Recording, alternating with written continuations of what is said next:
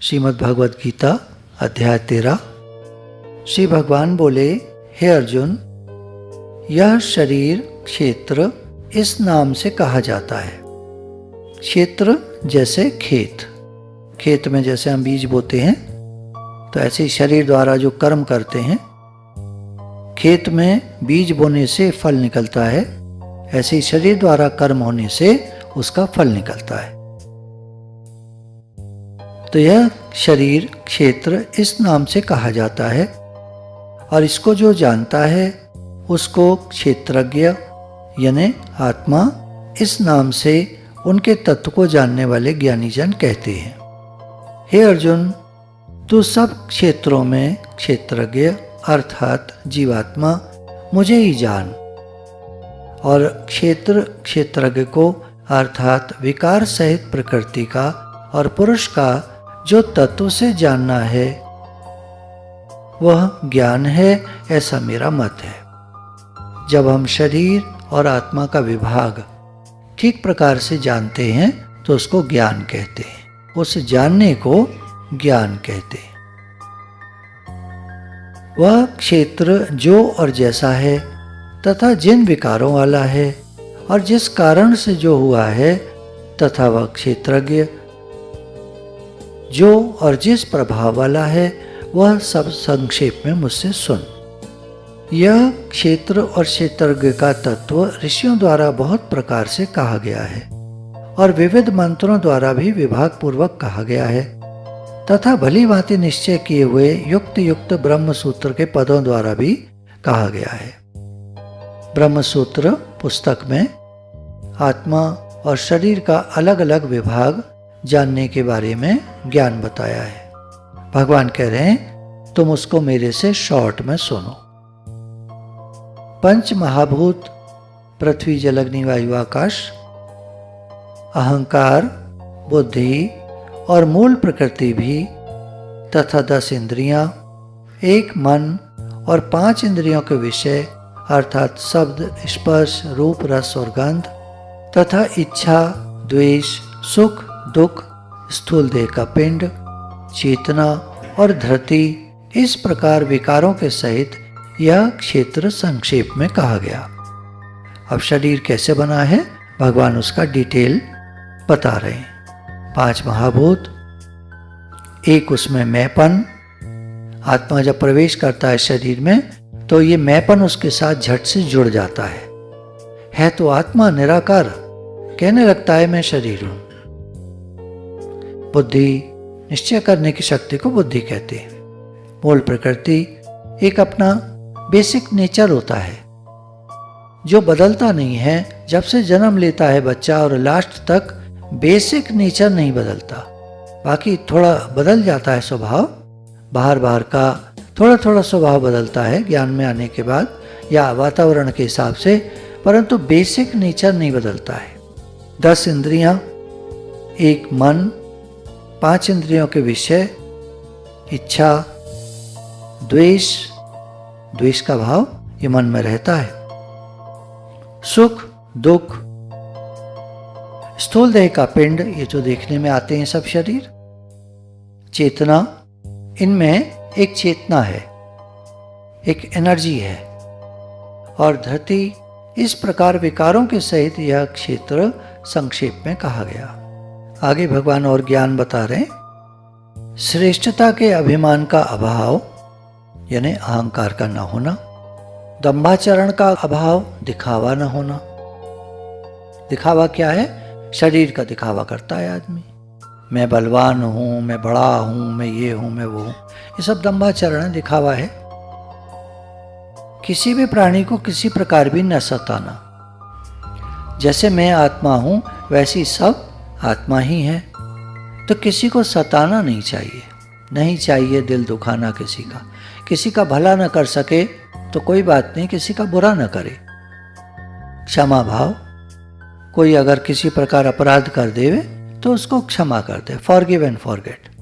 क्षमा करने से बात आई गई हो जाती है और अपना मन शांत हो जाता है।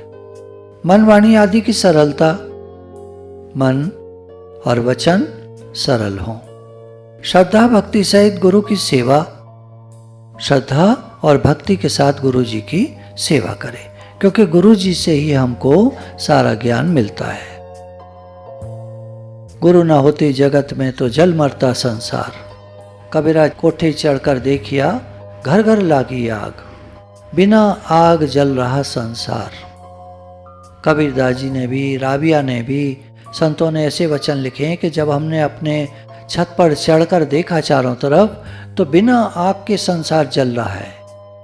द्वेष की अग्नि में, राग की अग्नि में, अपने वाले के ना मानते नहीं, दूसरे वालों से परेशानी है, देख देख के जलन कुड़न होती है।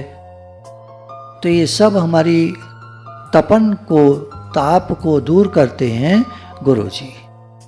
गुरु जी जब हमको ज्ञान देते हैं तो हमारे मन का संताप दूर होता है, मन का दुख दूर होता है। बाहर भीतर की शुद्धि, बाहर से शरीर को साफ सुथरा रखना, जो पैसा कमाना हो नेक कमाई हो, ईमानदारी से कमाना। भीतर की शुद्धि, मन से जो हम सोचते हैं किसी के प्रति द्वेष भाव, हीन भाव न रखें। अंतःकरण की स्थिरता और मन इंद्रियों सहित शरीर का निग्रह। इस लोक और परलोक के संपूर्ण भोगों में आसक्ति का अभाव और अहंकार का भी अभाव। जन्म, मृत्यु, जरा और रोग आदि में दुख और दोषों का बार बार विचार करना। जन्मने में बहुत दुख है, बच्चे को भी, माँ को भी। मृत्यु जब होती है तो बड़ी मुश्किल से प्राण शरीर से छूटते हैं, बहुत दुख होता है। बुढ़ापे में बहुत दुख है, बीमारी में बहुत दुख है। तो ये सब दुख और दोषों का बार बार विचार करना। पुत्र, स्त्री, घर और धन आदि में आसक्ति का अभाव। पुत्र में, स्त्री में, घर में, पैसे में आसक्ति ना हो। ममता का न होना, किसी में अपनापन न होना और किसी से द्वेष न करना। प्रिय और अप्रिय की प्राप्ति में सदा ही चित्त का सम रहना। सुख दुख, लाभ हानि, जीवन मरण, मान अपमान जो जीवन में आते हैं उनमें समता बनी रहे। मुझ परमेश्वर में अनन्य योग के द्वारा अव्यभिचारिणी भक्ति, केवल एक मुझ परमात्मा को सर्वत्र देखना, ये अव्यभिचारिणी भक्ति है। तथा एकांत और शुद्ध देश में रहने का स्वभाव और विषयासक्त मनुष्यों के समुदाय में प्रेम का न होना। जो संसारी लोग हैं, संसार की ही बात करते हैं हर समय, उनसे थोड़ा दूर रहो, नहीं तो हमारे मन को भी खराब कर देंगे। हमारा मन लगे भगवान में, ये बढ़िया बात है। अध्यात्म ज्ञान में नित्य स्थिति और तत्व ज्ञान के अर्थ रूप परमात्मा को ही देखना, ये सब ज्ञान है। और जो इससे विपरीत है, संसारी बातें हैं, वो सब अज्ञान है, ऐसा कहा है। जो जानने योग्य है तथा जिसको जानकर मनुष्य परमानंद को प्राप्त होता है, उसको कहूँगा। वह अनादि वाला परब्रह्म न सत ही कहा जाता है, न असत ही। वह सब और हाथ पैर वाला, सब और नेत्र, सिर और मुख वाला तथा सब और कान वाला है, क्योंकि वह संसार में सबको व्याप्त करके स्थित है। भगवान कह रहे हैं कि वो जो आत्मा परमात्मा, वो जो कॉस्मिक एनर्जी है, वो सब तरफ देखता है, सब तरफ से सुनता है, सब तरफ उसका ध्यान है। वह संपूर्ण इंद्रियों के विषयों को जानने वाला, परंतु वास्तव में सब इंद्रियों से रहित है तथा आसक्ति रहित होने पर भी सबका धारण पोषण करने वाला और निर्गुण होने पर भी गुणों को भोगने वाला है। वह चराचर सब भूतों के बाहर भीतर परिपूर्ण है और चर अचर भी वही है। और वह सूक्ष्म होने से अविज्ञेय है तथा अति समीप में और दूर में भी वही स्थित है। भगवान सर्वत्र हैं, सब जगह हैं। वह परमात्मा विभाग रहित और एक रूप से आकाश के सदृश परिपूर्ण होने पर भी चराचर संपूर्ण भूतों में विभक्त सा प्रतीत होता है तथा वह जानने योग्य परमात्मा विष्णु रूप से भूतों को धारण पोषण करने वाला और रुद्र रूप से संहार करने वाला तथा ब्रह्मा रूप से सबको उत्पन्न करने वाला है। अब एक परमात्मा विभक्त सा प्रतीत होता है। जैसे उदाहरण लेते हैं, एक सूर्य चमक रहा है आकाश में ऊपर, नीचे कई सारे प्याले, मान लीजिए 100 प्याले रख दिए जाए और उनमें जल भर दिया जाए। अब सूर्य का प्रतिबिंब 100 प्यालों में पड़ रहा है, तो अब कितने सूर्य हो गए? सूर्य तो एक ही है महाराज, लेकिन दिख रहे हैं 100। ऐसे ही एक परमात्मा सब रूपों में, मतलब सब शरीरों में आत्मा रूप से स्थित है। आत्मा रूप से उनका प्रतिबिंब हर शरीर में पड़ रहा है। हम कह सकते हैं मैं आत्मा हूं, मैं ब्रह्म हूं, कह सकते हैं हम ऐसा। या दूसरा तरीका कहने का भक्ति में, मैं भगवान का हूं, भगवान मेरे हैं। भगवान से ही तो आए हम सब, उन्हीं का अंश है। तो ऐसा प्रतीत होता है विभक्त सा, वो एक ही है। वह परब्रह्म ज्योतियों का भी ज्योति एवं माया से अत्यंत परे कहा जाता है। वह परमात्मा बोध स्वरूप, जानने योग्य एवं तत्व ज्ञान से प्राप्त करने योग्य है और सबके हृदय में विशेष रूप से स्थित है। भगवान का वास कहाँ है, कहाँ रहते हैं? सबके हृदय में। इस प्रकार क्षेत्र तथा ज्ञान और जानने योग्य परमात्मा का स्वरूप संक्षेप से कहा गया। मेरा भक्त इसको तत्व से जानकर मेरे स्वरूप को प्राप्त हो जाता है। प्रकृति और पुरुष, इन दोनों को ही तू अनादि जान और राग द्वेषादि विकारों को तथा त्रिगुणात्मक संपूर्ण पदार्थों को भी प्रकृति से ही उत्पन्न जान। कार्य और करण को उत्पन्न करने में हेतु प्रकृति कही जाती है और जीवात्मा सुख दुखों के भोक्तापन में अर्थात भोगने में हेतु कहा जाता है। अब कार्य किसको कहते हैं? भगवान के जो कार्य हैं वो हैं पृथ्वी, जल, अग्नि, वायु, आकाश। ये भगवान के कार्य हैं, भगवान ने उत्पन्न किए हैं और इनके विषय हैं शब्द, स्पर्श, रूप, रसगंध। तो इस सब को मिलाकर कहा कार्य। करण क्या है? करण कहते हैं औजारों को। मन, बुद्धि, अहंकार तथा श्रोत्र, त्वचा, रसना, नेत्र और घ्राण एवं वाक, हस्त, पाद, उपस्थ और गुदा, इन 13 का नाम करण है। ये 13 करण औजार हैं काम करने के हमारे शरीर के द्वारा। आंखें, कान, बोलने का जिह्वा। तो इस तरह करके ये 13 हैं जिनसे कि शरीर से कर्म होता है। प्रकृति में स्थिति पुरुष प्रकृति से उत्पन्न त्रिगुणात्मक पदार्थों को भोगता है और इन गुणों का संग ही इस जीवात्मा के अच्छी बुरी योनियों में जन्म लेने का कारण है। अब प्रकृति में स्थित, अब नेचर हमारी जो है ना, वो हमसे कार्य कराती है। उस नेचर के द्वारा हमसे तरह तरह के कार्य होते हैं। मेरा बेसिक नेचर क्रोध का है तो मैं क्रोध करूंगा, कर्म बनाऊंगा। आपका बेसिक नेचर प्रेम करने का है, आप प्रेम करेंगे, उस तरह के अच्छे कर्म, पुण्य कर्म बनाएंगे। जैसा जिसका स्वभाव होगा वैसे कर्म करेगा, वैसा फल भोगेगा। इस देह में स्थित ये आत्मा वास्तव में परमात्मा ही है। वह साक्षी होने से उपदृष्टा और यथार्थ सम्मति देने वाला होने से अनुमंता, सबका धारण पोषण करने वाला होने से भर्ता, जीव रूप से भोक्ता, ब्रह्म आदि का भी स्वामी होने से महेश्वर और शुद्ध सच्चिदानंद घन होने से परमात्मा, ऐसा कहा गया है। इस प्रकार पुरुष को और गुणों के सहित प्रकृति को जो मनुष्य तत्व से जानता है, वह सब प्रकार से कर्तव्य कर्म करता हुआ फिर नहीं जन्मता। उस परमात्मा को कितने ही मनुष्य तो शुद्ध हुई सूक्ष्म बुद्धि से ध्यान के द्वारा हृदय में देखते हैं, अन्य कितने ही ज्ञान योग के द्वारा और दूसरे कितने ही कर्म योग के द्वारा देखते हैं, अर्थात प्राप्त करते हैं। अब भगवान को प्राप्त करने के भगवान ने कहा 3 योग बताए यहाँ पर, ध्यान योग, ज्ञान योग और कर्म योग। परंतु इनसे दूसरे अर्थात जो मंद बुद्धि वाले पुरुष हैं, वे इस प्रकार न जानते हुए दूसरों से अर्थात तत्व के जानने वाले पुरुषों से सुनकर ही तदनुसार उपासना करते हैं और वे श्रवण परायण पुरुष भी मृत्यु रूप संसार सागर से निसंदेह तर जाते हैं।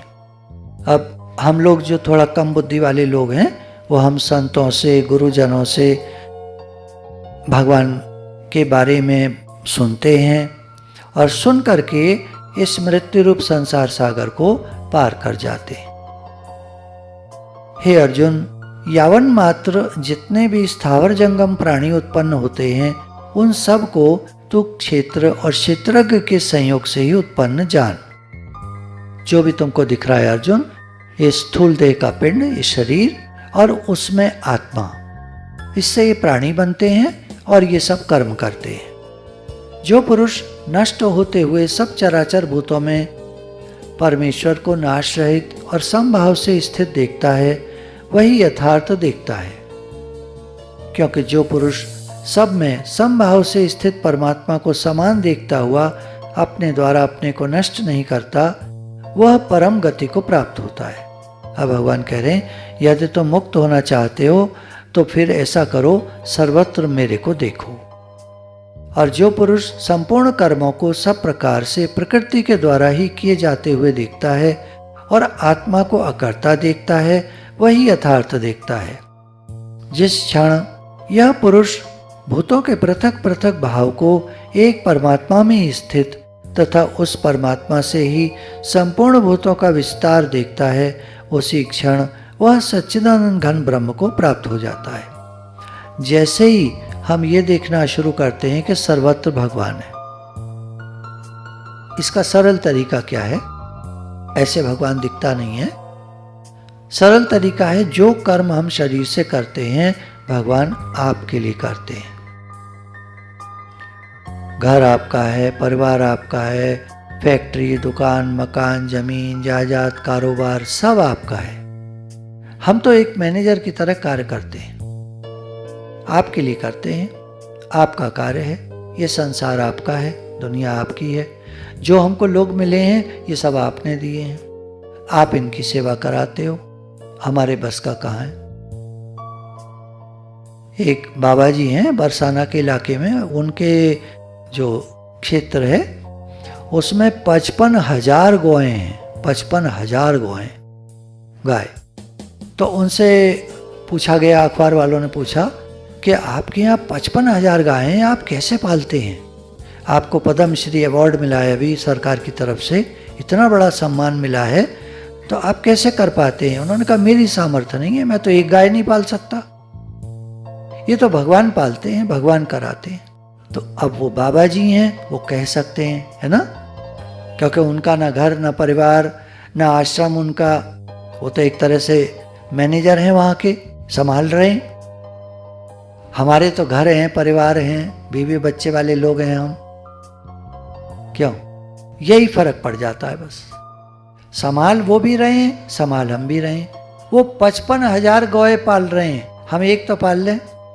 अच्छा चलो 4-5 गायें पाल ली हमने, अब ऐसे सोच के देखो, पाल ली, ठीक है। अब उनका कामकाज, अच्छा फिर गौएं किसकी हैं? भगवान की हो गई। पाल लो पहले, फिर कहना भगवान की। यही फर्क पड़ जाता है। हम लोग ना चीज़ों को अपना मान लेते हैं। अभी तो मैंने गाय की बात करी है, अब आपके बालक आ गए घर में, वो किसके हैं? हाँ क्यों नहीं यहाँ बैठ के तो बोलोगे, यहाँ तो गुरु जी का प्रभाव है। घर जाके बोल सको कि भगवान के बालक हैं? अच्छा जाके आप बोल लोगे, क्योंकि प्रभाव रहेगा थोड़ी देर, और कल सुबह उठते ही ये बालक तो हमारे हैं। और घर किसका है? हाँ हाँ क्यों नहीं, बिल्कुल, बहुत बढ़िया बात कही आपने। है ही वो तो है ही, आप मानो न मानो, बालक भी भगवान के, घर भी भगवान का, सब कुछ भगवान का। पर अंदर में क्या है? अंदर में हो जाए कि सब भगवान का है। मेरा मुझ में कुछ नहीं, जो कुछ है सो तेरा, तेरा तुझको अर्प दिया, क्या लागे मेरा। सब शरीरों में ये परमात्मा आत्मा रूप से स्थित है। फर्क क्या है? निर्गुण होने से, ये निर्गुण है परमात्मा, इनमें गुण है नहीं, आरोपित हैं केवल। आरोपित मतलब कह दिया जाता है कि परमात्मा ऐसे हैं वैसे हैं, ये निर्गुण है। वास्तव में निराकार ब्रह्म जो है वो निर्गुण है, सगुण पर भगवान जो हैं वो सगुण हैं, वो हमारी रक्षा करते हैं, हमारी पालना करते हैं, हमारे दुखों को दूर करते हैं, पतित पावन हैं, वो सबका उद्धार करने वाले हैं। लेकिन जो निर्गुण ब्रह्म है, निराकार परमात्मा है, वो निर्गुण है होने से यह अविनाशी परमात्मा शरीर में स्थित होने पर भी, ये शरीर में स्थित है, आत्मा रूप से स्थित है, पर वास्तव में कुछ न करता है न लिप्त होता है। आत्मा न कुछ करता है न शरीर से लिप्त होता है। हम कहते हैं मैं शरीर हूं, मैं आया, मैं गया। इसको भाषा को अगर ठीक कर लें, अंदर की बात है विचार करने की। शरीर आया, शरीर गया, मैंने कुछ नहीं किया, शरीर ने किया। मैं तो आत्मा हूं, एक दिन इस शरीर में प्रवेश किया था और एक दिन ये शरीर छूट जाएगा। हम तो आत्मा सदैव रहते हैं। जिस प्रकार सर्वत्र व्याप्त आकाश सूक्ष्म होने के कारण लिप्त नहीं होता, वैसे ही देह में सर्वत्र स्थित आत्मा निर्गुण होने के कारण देह के गुणों से लिप्त नहीं होता। यह आत्मा जो है, शरीर का कैसा भी नेचर हो, कैसा भी स्वभाव हो, यह आत्मा उससे लिप्त नहीं होता। जब शरीर छूट जाता है तो वो जो बेसिक नेचर है वो शरीर के साथ रह जाता है, लेकिन कुछ अंश चला जाता है। जब दूसरा शरीर धारण होता है तो वो कुछ अंश जो है, जैसा वातावरण मिलता है उसी के हिसाब से वो डेवलप कर जाता है। कोई बच्चा शुरू से ही शरारती होता है, कोई बच्चा शुरू से ही बहुत सीधा होता है, कोई बच्चा मार पिटाई करता है, थोड़ा सा बड़ा हुआ हाथ पैर चलाने लगा, 4-5 साल का हुआ इसको पीटाया उसको पीटाया। कोई बच्चा बहुत सीधा, किसी को बहुत खाने का शौक, कोई खाता ही नहीं है, बड़ी मुश्किल से थोड़ा बहुत खाता है। अलग अलग स्वभाव होते हैं सबके।